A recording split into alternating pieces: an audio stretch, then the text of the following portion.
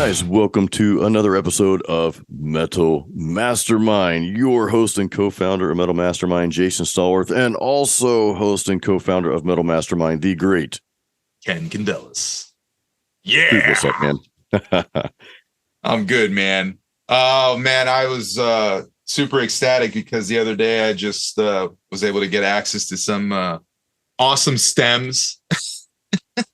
I got the text and I got your email. Yeah. Oh my God. Yes. Enter Sandman. Can't wait to just fool around with that and just listen to Kirk Hammett's like guitars and all the mix like decisions that they did and like hearing them in isolation. Oh, it's very, very, very cool. Nice pleasure to have. Oh, that's the benefit of being a teacher. I actually love that album a lot, and I know that's Me too. And today's episode is not about Metallica. We're moving on to the meat and potatoes here pretty soon, but we got to chat about this briefly because what we're about to dive into is, guys, it's pretty deep. I'm just warning you. So we're going to get into some the land of heartfelt stuff here. But no, a lot of hardcore Metallica fans from my era, I just turned 48 this month. So back in the 80s, a lot of them just stopped liking Metallica at the point of the Black Album. They're like, well, I just like the first four albums. Me, and I love the first Metallica albums, love them.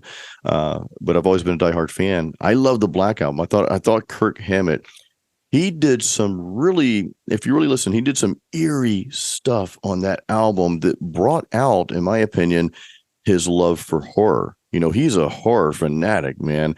I've read magazines and stuff and articles where his house, I think it's in San Francisco, how he has all these creatures and horror stuff all over the place. Then you walk outside and it's bright and sunny.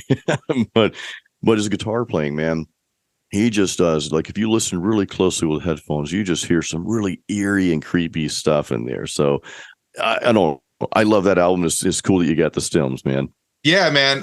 You're getting stuff like Kirk Hammett's guitars being inspired by, I'm sure, like Slayer and, Raining Blood. Come on, that's like an horror movie in and of itself. So you get all these different types of inspirations. And I love horror too. We actually have like a couple of like horror movie posters hanging around the house. Ooh. So that I don't know. Something about metal and horror, it just blends perfectly together. I think it's a natural, how would you say, magnetic force.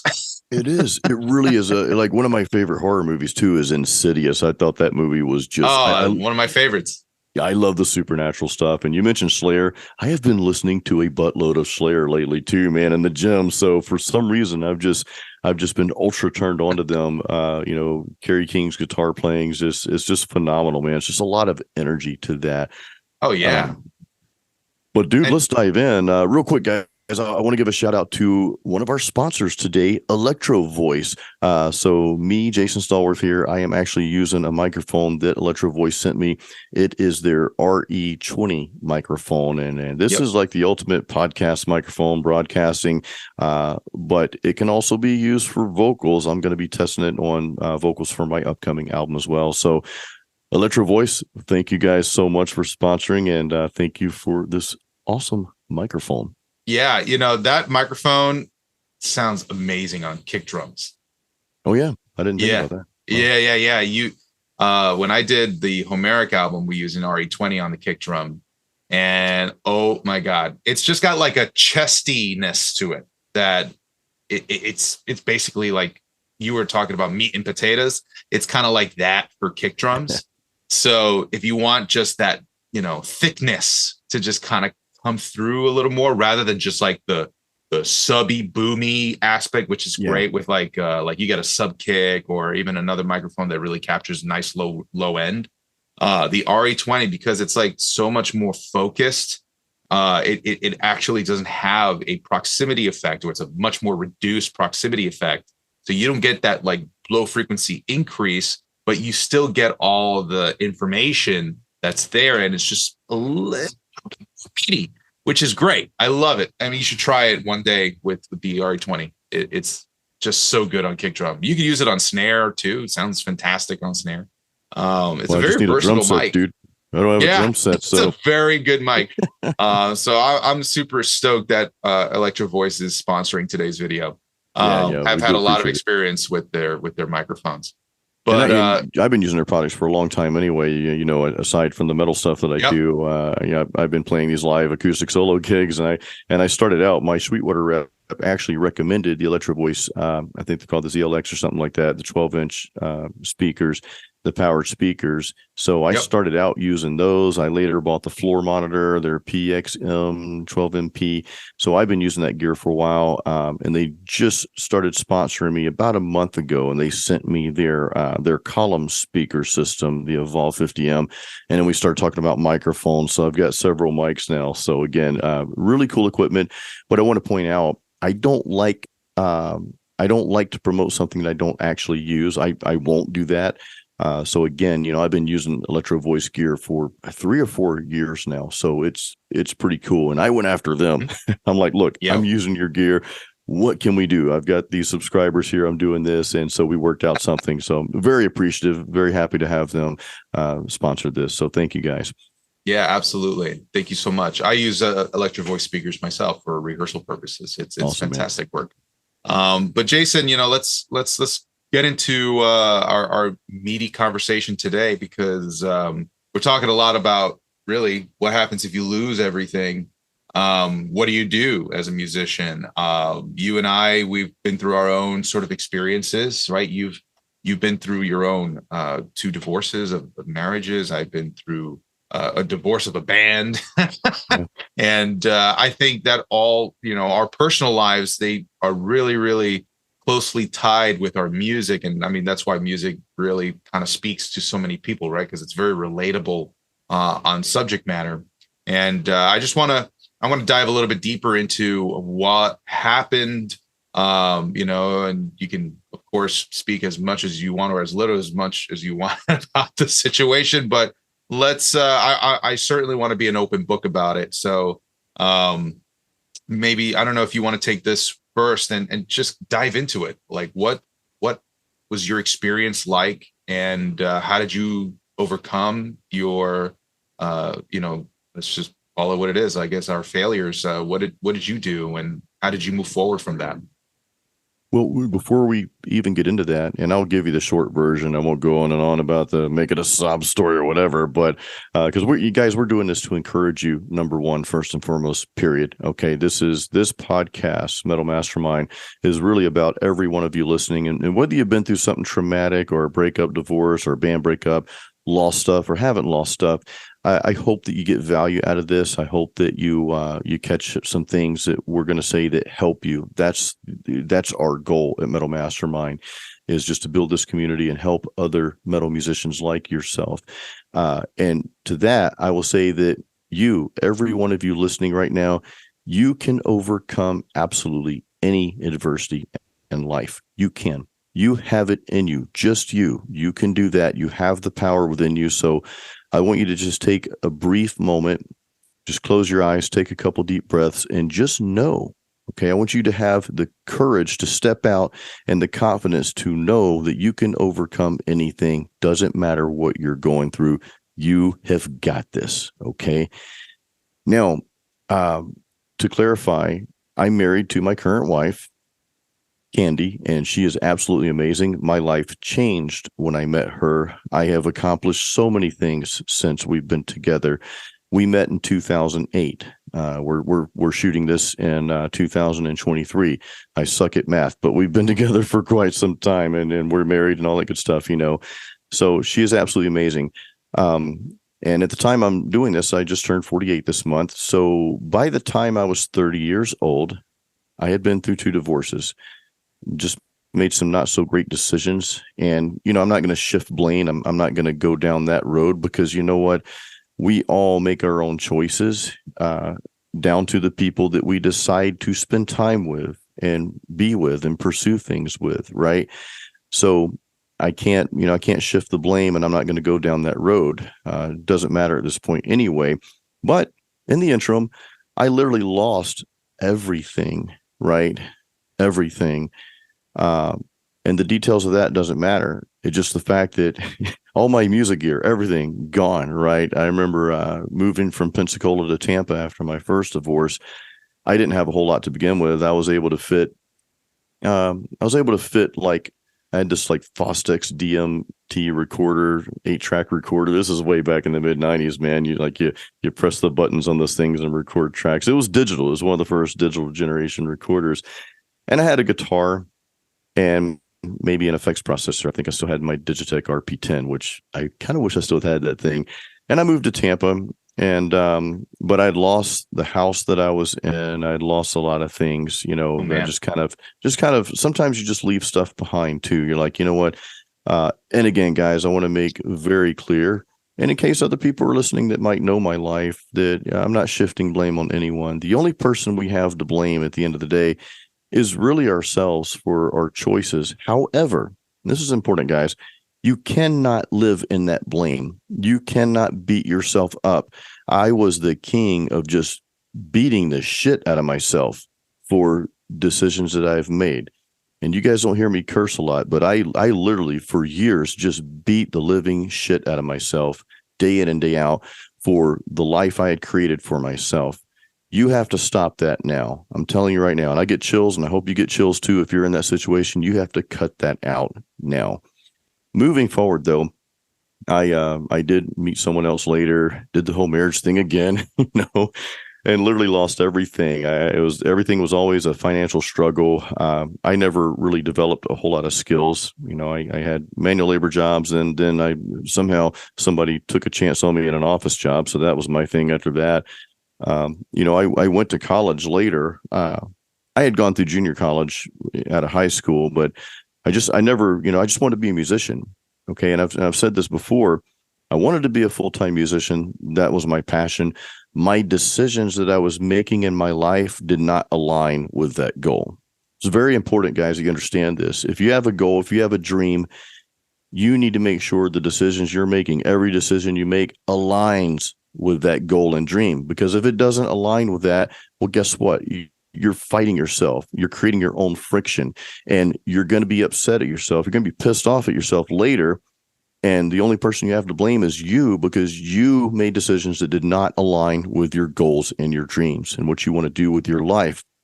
So anyway, second divorce happened. And guys, just the typical stuff that comes with that. I went through chapter, whatever the bankruptcy is, and chapter 11. Yeah, and I think it was chapter 7 actually. Chapter 7. And all those years too, I was paying child support. And guys, I don't want to get into all the details, so I'll spare the details on this.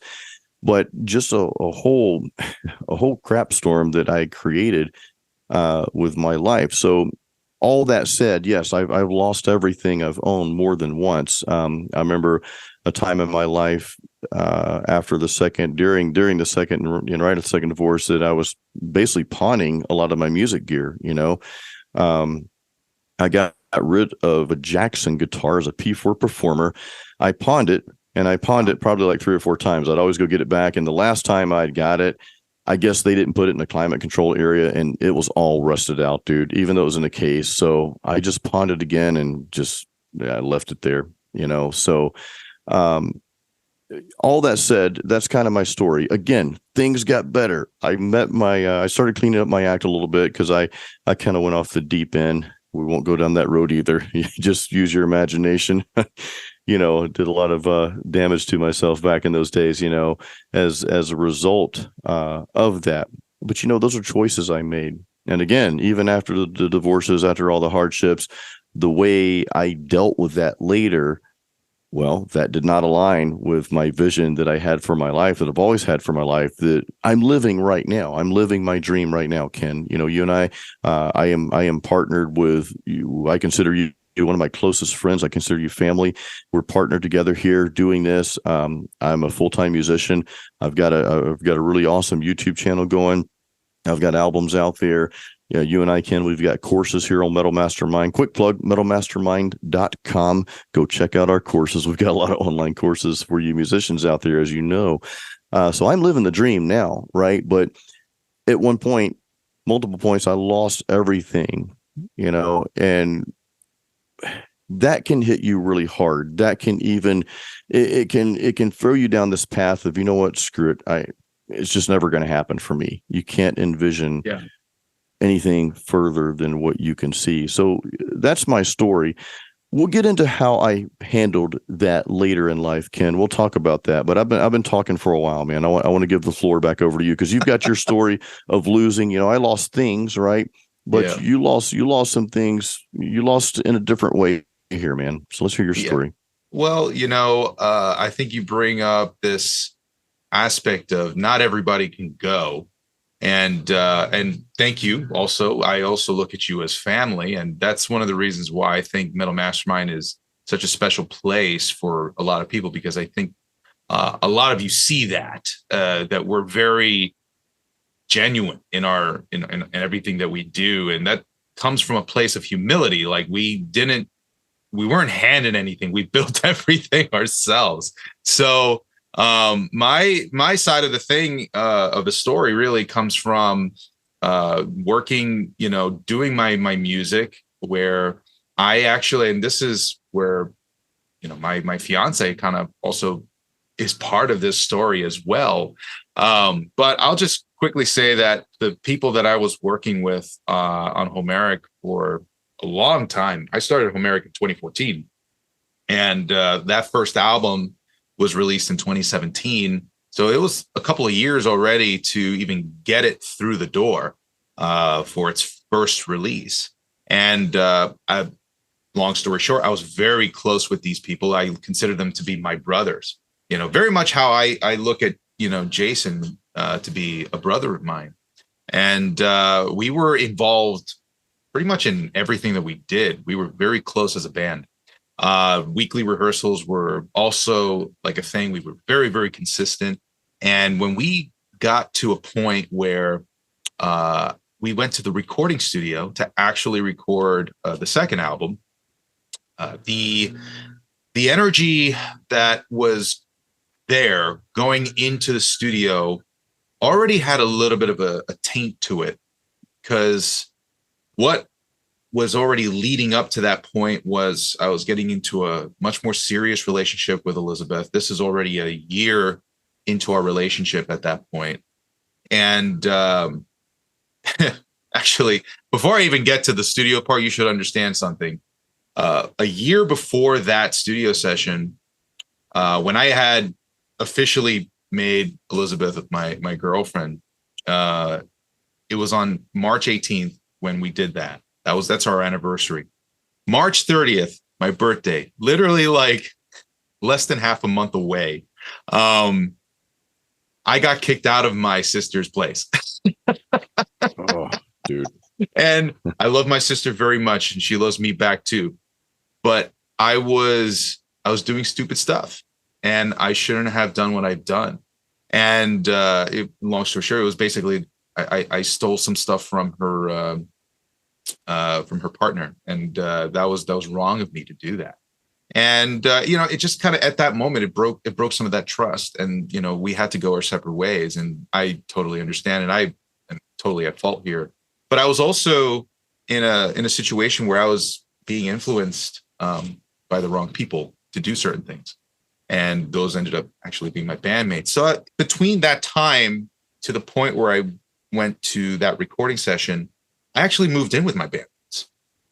So that whole year, and I was, working, developing my music with them. It was between 2018 and 2019 where I actually finished my book for Homeric. So there was a lot of stuff that got done. But when we got to that recording session, I was much more serious with Elizabeth. And when we got to actually performing our music, Elizabeth, she came to the studio and she actually just kind of tagged on. And, I said, why don't you go in there? You're a great vocalist, sing a couple of our things and let's see how that turns out. And I actually absolutely was floored how amazing her performances were. And it started to inspire me in a different way for the Homeric project and try to include her voice. And I was very, very, very sort of enthralled by it. So now she's my fiance. Yeah. But when we were recording that, I got a lot of bad energy from my bandmates. And I'll never forget how they looked at her. And it was just very disrespectful. And between that moment and a month later, I actually went on tour with a different band as their monitor audio engineer. So I was just doing headphone mixes for them on stage, etc. And that entire time, my bandmates were not communicating with me as much as I was trying to reach out to them. And in the middle of that tour, or towards the end of that tour, they exploded. They exploded, and how much they completely despised my decisions, started saying names and talking about how I was betraying the brotherhood. And I was completely in awe and in shock. And by the time I got back to discuss,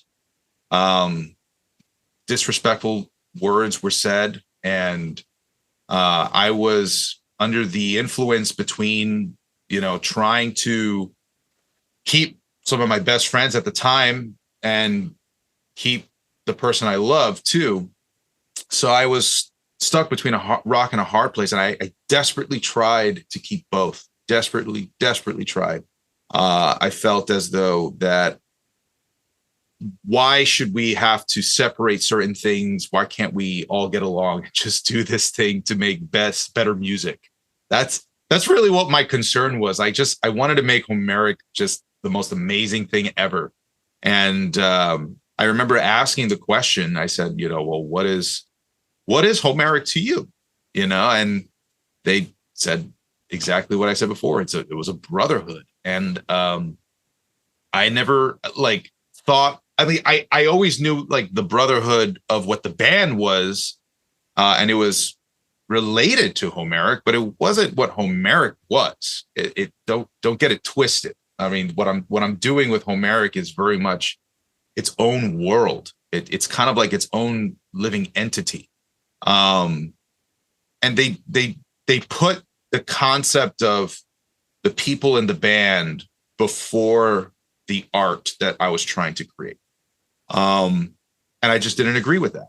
And, I remember going to Elizabeth that very night, and she actually gave me an ultimatum. She was just like, if you're going to do, anything with them, I'm just not going to be a part of it anymore. And I just remember this gut feeling of I wasn't as afraid to lose my bandmates versus losing Elizabeth.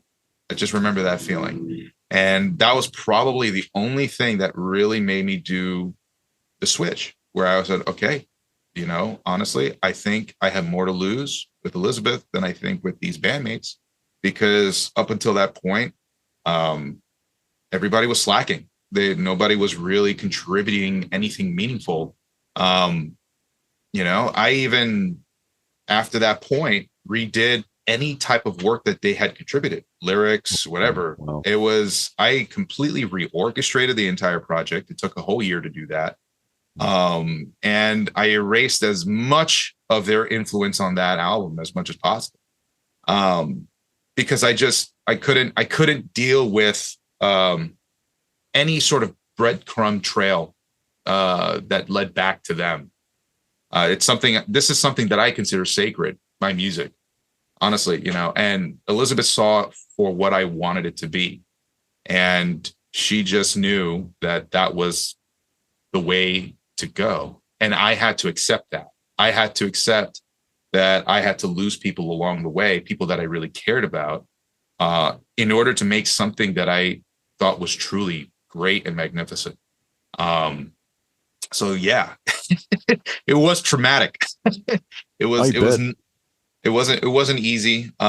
Your story also has a lot of that. There's a whole lot of heartbreak that I think we have to go through as musicians sometimes. I mean, hopefully nobody ever really has to ever do stuff like that, but in some way, shape, or form, it molds you. It creates a character that's much stronger, that's more resilient to pain, that can see a difficult situation for what it is and be able to maneuver and adapt. I think that's a huge skill that we sometimes forget in our society. The world is painful. The world does not have rose-colored glasses. You No, it have to doesn't. look at the world as for what it is. And there are people out there that don't align with your vision. They, and here's the thing too. People will always know you for when they met you, right? Jason, if I knew you since, your first marriage, we'd have a much different relationship. If I met you back when you were in your teens, we'd have a much different relationship than from your first marriage, right? So people who meet you along the way on your journey, they will always remember that first impression, right? Which will always be the time that they knew you at the moment they met you, right? And they will always hearken to that too. For example, here's maybe this is a small, but maybe it's a little bit relevant. For the first album in Homeric, I remember, not having a lot of money, and I was kind of strapped for cash. I was a college student, right? And by the time we got to record the second album, I was working Good Morning America, so I was very much already in my career as an audio engineer. I remember that. However, some of my other bandmates, and this was a bit of the struggle, right? Financially, people weren't really growing. People were kind of still stuck in the same place that they always were. I worked a movie theater job in, I don't know, I guess 2011, 2010. It was shortly out of high school. And one of my bandmates worked with me then. That's when they got that job too. While I was doing Good Morning America, I was long gone from that job. They were still there at that very movie theater. And it's like, to me, I was frustrated because it was like there were so many opportunities to grow and the person chose not to. And these are the types of things where, like, even at that point where I was like, hey man, we're doing a real studio session this time. This isn't at the school where we hired a real recording studio with an SSL console and all this kind of stuff and a reputable engineer to make the Homeric record. Like, we need you to pitch in. It's costly. It cost me $3,000 to do that recording session. And I said, I need you to pitch in. And he was just like, I can give you $100. I said, that what? That's okay, but that's not enough. And, he's like, oh yeah, well, back in the day, I gave you $50 to record this thing when we were in your college years. I was like, yeah, back in college, Yeah. like, things are different now. You got to step up. And that's a lot of the things that happen in life, right? Again, like I said, not everybody can go because, not everybody has the wherewithal to do it. You have to understand that if you're on a path to going somewhere, sometimes it's a lonely path and you got to take that, and you got to take the chance that, these people that you may care about and you may love, they just don't have it. They don't have it. And you have to move on. And it's a painful decision. It's like shedding excess skin and growing into your new skin. You have to do it. Otherwise you will slowly die. Well, sometimes you lose to gain, and you brought up a point earlier, Ken. You mentioned that our hardships and losing things, losing people, and just these circumstances, they build character. But I'll say they will build your character if you allow them to. That's a decision that we have to make. That's the decision that you made. So, Ken, had you decided to say, well, I'm sorry, Ellie, your now fiance, this band's more important to me, this quote unquote brotherhood or whatever, you could have gone that route. Your life would be much different.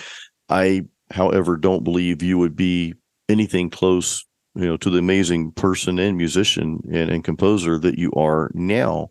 Had you stayed in that, had I stayed in the situations that I was in, and sometimes we don't have any control, right? If that person is leaving regardless, but had I stayed in that mindset, even the aftermath of going through something, sometimes we just bury ourselves in whatever, right? Me, Yeah. I just wanted to feel numb. I didn't want to feel anything, but had I chose to stay in that, well, I wouldn't be 4 albums deep. I wouldn't have, I'm working on album number 5 now. We wouldn't have Metal Mastermind. So, you and I guess we can pat ourselves on the back a little here. Even though we went through these hardships, we made the types of decisions at the moments that we needed to make them that aligned with our vision. And even if the vision wasn't clear, we knew we wanted more out of life. We knew we wanted something to happen with our music or something in that arena. So we knew that we had to choose a path that supported that vision. And, we both did that. And I think that's important when you lose things. I was one of my YouTube subscribers had mentioned that they were going through a divorce. And brother, if you're listening right now, just know, just like I told you, you're gonna pull through this. You will pull through this, okay? But those moments are sometimes the moments that greatly define not only your character but your next phase of life. Sometimes, again, we might not be able to control how people treat us. Ken, you had no control whatsoever how your band members were seeing the project, the band, and how they were seeing you and the things that they were saying, about you, your music, and about Ellie. Right? You have no control over that. We have none, but we can control how we react to that. If you're going through a situation like a divorce, you might not have any control. At the moment where it's at right now, you may not have any control over the way that person feels towards you, but you control the way you act. And you always have to remember that your destiny is much greater than your circumstance, whatever that circumstance may be. So just all of you listening right now, just make sure your decisions are made with that in mind, that your decision you're making right now to listen to this podcast. Thank you, by the way. We greatly appreciate you. I hope you guys are getting a lot out of this, but know that whatever you're going through in life, good or bad, right? Because sometimes we can make bad decisions when things are good in life, right? Sometimes we get a little relaxed, like, everything's going great. I can just kind of relax and maybe you slip up over here or something. Look, every decision you make matters in life. Be conscious of every thought, moment, and action, and know that your decisions, they need to align with your vision for your life. It doesn't mean that you can't let your hair down now and then. I don't have hair, Ken does, but it doesn't mean you can't have a good time. I'm not saying like you have to go live like a monk and just, do breathing exercises for 24 hours and not have a good time. It's not what I'm saying at all. But again, going back to every decision you make, it matters, guys. Everything matters because it can impact whether you're getting closer to your vision or whether you're being pulled further away from that vision. Yeah, you have to reassess your situation every so often, and reflect about where it is that you're going. Because sometimes, we get caught up. We get caught up with life, and it leads us down a path. And sometimes you have to, adjust course. It's simple as that. And my father used to always tell me, just like follow your north. Like that's kind of always been his tagline, and I like that a lot. It follow your sticks in north. my head now. Yeah, because it is follow what's true to you, and always do the thing that you love, and keep going after what it is that you are trying to achieve in life. And that always stuck with me, and he always told me that ever since I was in like high school. So I got a lot of love for my father in that regard. And there's a lot of truth to these sort of things because, like if you want to use the analogy of a sailor on a ship, right? Using the North Star, trying to really, find this land that he's looking after. He's going to come across hurricanes, monsoons, high winds, high seas, calm waters. It's everything in between on the ocean, icebergs, hopefully it doesn't sink. Right. But, you're going to come across all these different sort of situations and, you have to navigate through them if you want to get to the other side. So always just kind of use the northern lights though, right? Your north, your star, whatever you want to call it. Always use that as your guide. And, no matter what it's happening in your life, storm or calm waters, it's always going to be there that you can always find your way and just keep going after that. That's what I love about, that phrase. Oh, I So love yeah, it, dude. I mean, you're doing Viking talk, man. You're talking about these cool icebergs and storms and the northern lights. Like I'm thinking about, man, we're Vikings now, dude. We need to go play some Viking death metal. yeah, let's bring a Marathon to Yes, the podcast for that, right? dude, I love them on a Marth, man. I love them. I remember hearing them for the first time in concert here in Tampa. I think it was like 2017 or something like that. Yeah. And I was like, oh, this is just such a. I think it was the Jones Viking album. Oh man, my Such a my cool show. my first experience with the Monomarth was Twilight of the Gods. Oh man, yeah, Twilight of the Thunder Gods. Yeah, Yeah, that's a great album, dude. yeah, that was a great time. With this big sea serpent on the cover and stuff like Yes. that. Yeah, Yeah. great cover. But yeah, I think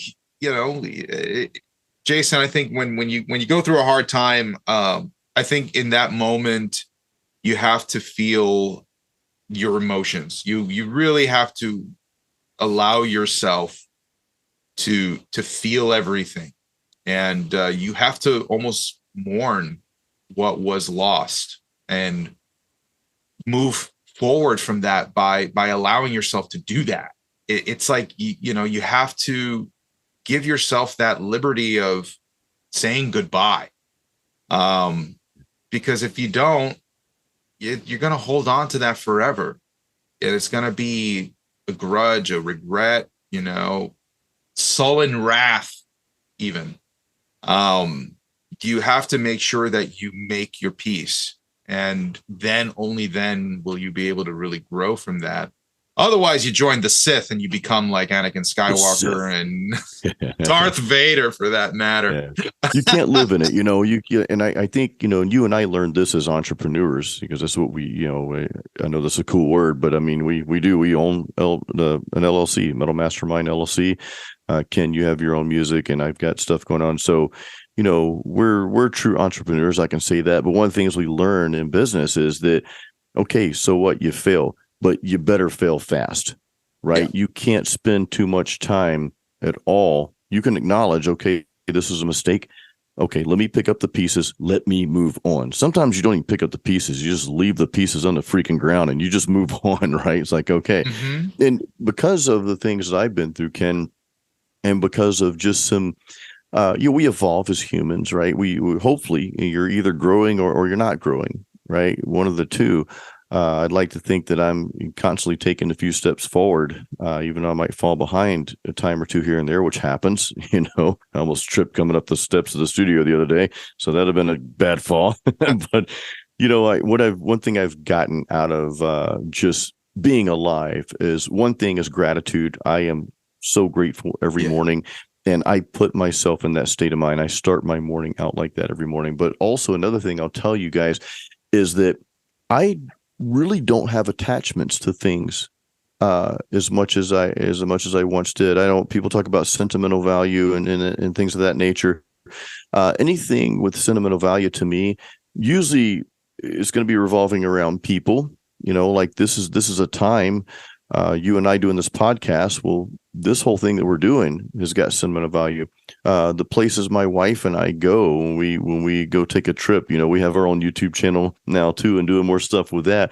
I get to edit those videos and kind of relive that moment. So there's some sentiment there. But as far as things, Ken, you and I were talking earlier before we started. I could lose everything in my studio, guitars, amps, everything. And I don't have a ton of gear. You guys know I'm somewhat of minimalist when it comes to gear. I love guitars like the next guitar player does, but I don't have a wall of 30-something guitars. I've got 3 guitars hanging on my wall. I got the bass. I've got a Telecaster and acoustic. So I suck at math again. Was that 6? Something like that. 5. I might pick up, 5. Oh, crap. See, I told you I suck at math, dude. Well, I may pick up a 6th guitar this week. But anyway, so I don't have a ton. But if I lost everything, and I'm dead serious about this, man. If I lost everything right now, it would suck, yeah. But I would just start over, I would just get the basics that I need to write and record music with, and I just start over. I'm like, so what? It's stuff, you know what I mean? So I don't really have that sentiment where losing things would just completely destroy me, So I've kind of let that go. And there's a a sense of freedom and liberation that comes with that. There's a weight that I don't have on my shoulders, when just with that mentality. It doesn't mean I want to lose everything. I don't, but if it did happen, I'm not emotionally hanging on to anything when it Well, you comes to. inherently recognize that the value in anything in your life really does not mean any material possession. That's all It it really is. doesn't, dude. No, it doesn't. You put the value in the people that you love and the experiences that you share with them. And that says a Absolutely. lot about the person and character that you are.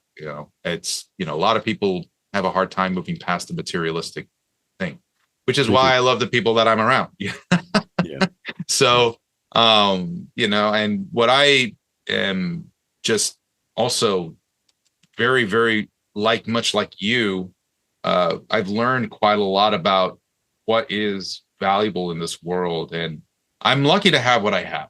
I have this whole studio behind me. Yeah. You got But a killer studio too, man. thank you, man. But this studio came after the fallout from my band, Right. So it's like, honestly, with the gear that I had while I was with my band, they vandalized that stuff. They stole also some of the equipment that I had. And I remember you it's telling like, me about that, man. That's yeah. crappy. That's horrible, dude. Yeah, but that again, it's like, is it the end of what I do here? No. It's like I have here all the things I need.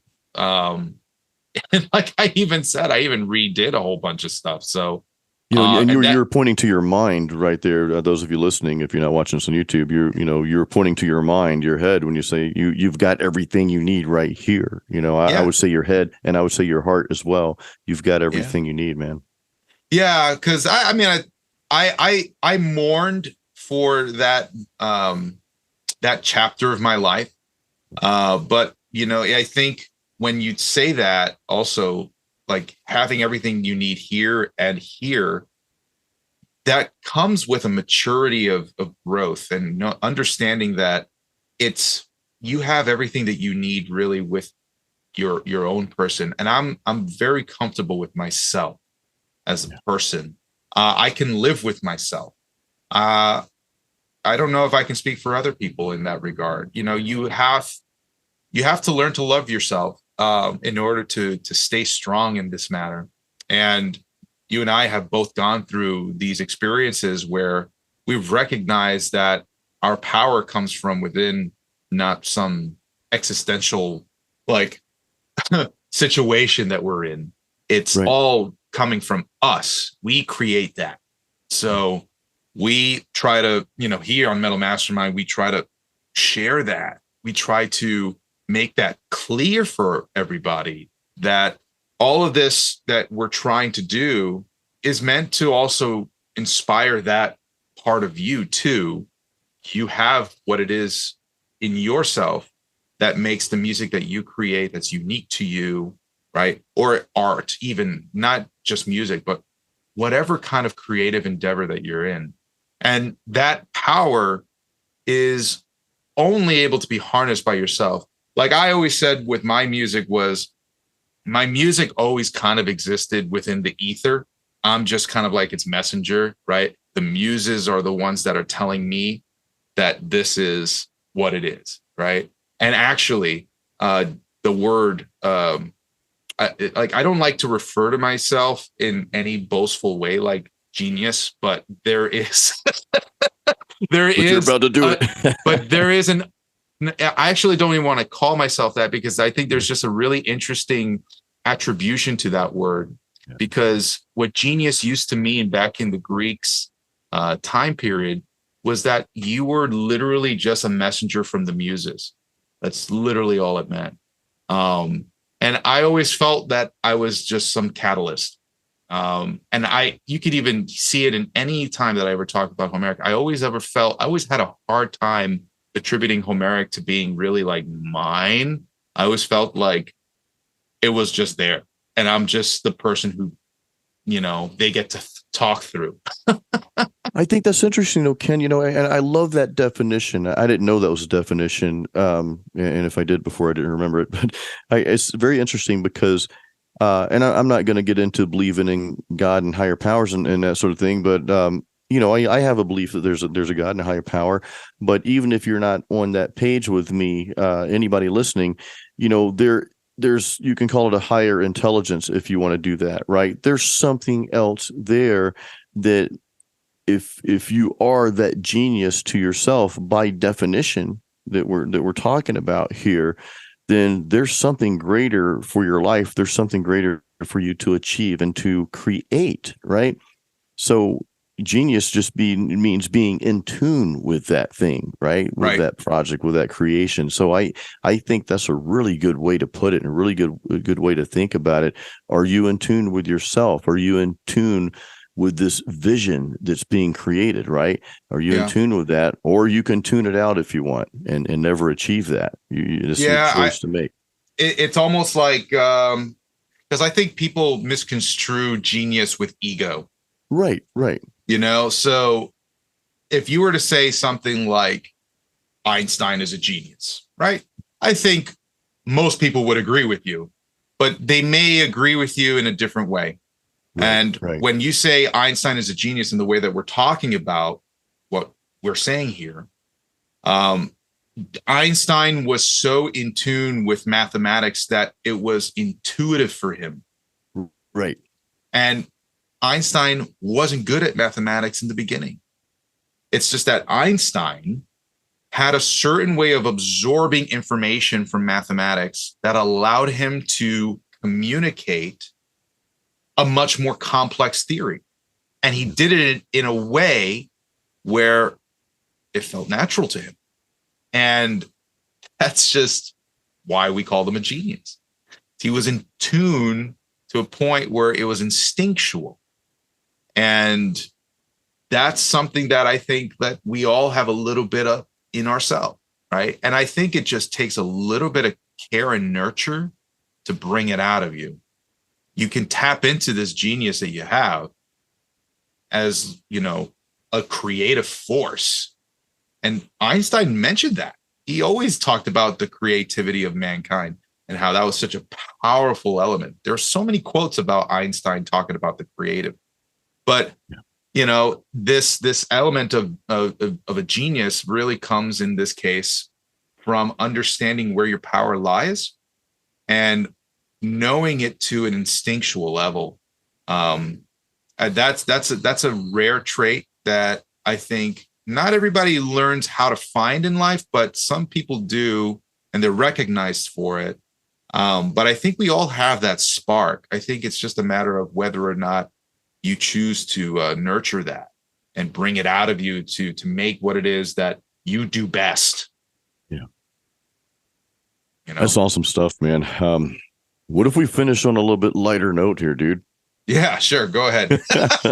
So, we talked, and thank you guys so much for listening, by the way. We appreciate you being a part of the Metal Mastermind family. We really hope you got a lot out of this. But on a lighter note, actually, it's kind of a heavy note here. We were chatting about Metallica Psych. in the beginning. Yeah, right. Psych. I love that 80s term. So, dude, what is your favorite Metallica album, like right now, and why? Metallica album? Yeah. If you had to choose. Actually, I like the more obscure one of Symphony and Metallica. That's my favorite one. It's a live album. Yeah. I really love that. That album was a big inspiration to me as to why I love symphonic metal. Because you have the orchestration, you have that down, dude. You're like the master of the metal orchestration. So thank you, man. That's awesome, dude. That's interesting. I wasn't sure what to expect, but I just didn't expect. I'd forgotten about that. So that's really interesting. Symphony Metallica. I think it was S&M. S&M. Yeah, that's what it was. Yeah, it was great. Yeah, that was a great album. I love that one. What about you? It seems to change. Like when I first started listening to Metallica, Puppets was it, and I kind of went back to that for a long time. But it was Justice or Puppets, because those are my first two cassettes that I bought in 1988 or 89. But if I had to choose one right now today, because this changes, our tastes kind of change sometimes from week to week, day to day, but I would say Kill 'Em All right now, the very first, because there was so much just raw energy in that, you know. And the funny thing is, Yeah. the tone wasn't perfect, right? The drums weren't perfect. It's not the polished recordings that we're used to hearing today, but there was just so much raw energy. You can feel it when you're listening to that, man. It was just so that's just such a killer album. Again, I like a lot of Metallica stuff up through the Black Album. They kind of lost me after that a little. And I'm not saying that in a negative sense, you know, because Mhm. they're speaking to another generation now. And hey, good for them. And I'm not saying their stuff's bad. It just I think the older stuff sometimes captivates you because there was that moment in time that you relate it to, you know. Mhm. But in any case, guys, I want to say thank you once again. Hey, head over to metalmastermind.com. I can't talk straight today. Metal, I almost said metalmastermind.corn. What am I thinking? Am I hungry or something? That's another good band too. Oh my God, yeah. So head over to metalmastermind.com, guys. Click on courses. Check out all our courses we have out there, especially our staple course, Metal Songwriters Forge. We've actually made a few hefty upgrades to that course, Ken and I, and I've got one more upgrade that we're working on now, so that's coming soon. So head over to metalmastermind.com. If you're not in our songwriting course, that's a great place to start. That's really what we want for all of you. I want to say one thing, and Yeah, that dude. course, Metal Songwriters Forge, everything that we've been talking about and bringing about your genius, really, that's what it's about. You know, Yeah. it's not a course on how to write a good song. It's a course on how to bring about inspiration and ideas into your songwriting. Yeah. So it's really very much tailored to you as a way to inspire you, give you tools that could be useful, but not in any way, shape, or form to tell you how to do something. Okay. I think that's a very important distinction from our course versus a lot of other courses that are out there on songwriting. This is something that we want it to be something that brings about your natural songwriter inside you. So I just wanted to make that one point. Is an extremely valid point, and thanks for bringing it up, Ken. Guys, on that note, yeah, do go check out Metal Songwriters Forge on the website, metalmastermind.com. And as we always tell you, create your own sound.